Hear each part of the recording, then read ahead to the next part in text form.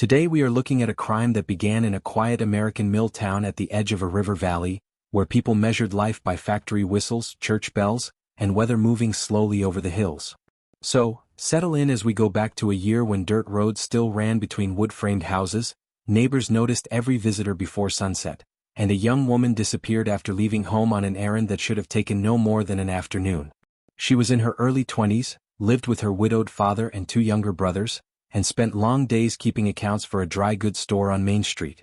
She was known as careful, punctual, and self-contained. She left for work at the same hour, spoke politely to customers, and kept her private concerns hidden so well that even those closest to her would later say nothing in her manner hinted at the storm gathering just beyond view. The town itself had begun to change. New businesses had opened near the depot, farm wagons mixed with delivery carts, and strangers could arrive on the morning train and leave by evening without anyone learning much about them. Respectability still mattered, but the older certainty that every life could be traced through family, church, or trade was beginning to weaken, and into that loosened world came rumor, opportunity, and risk. Not long before she vanished, people noticed small changes in her routine. Letters began arriving for her. She never opened them in front of others.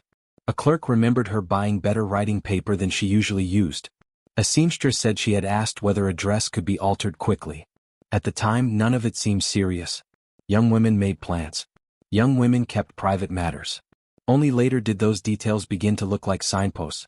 There was also a man people quietly connected with her.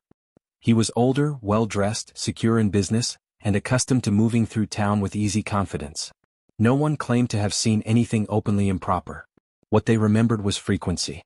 The same street corner, the same hotel porch, the same buggy seen near the same storefront more than once. Once that pattern took hold in local memory, each small sighting began to gather force. On a Friday afternoon in late autumn, she told her father she was taking the train to collect money owed to her and to settle a matter she preferred to handle quietly. She said she would be back the next evening.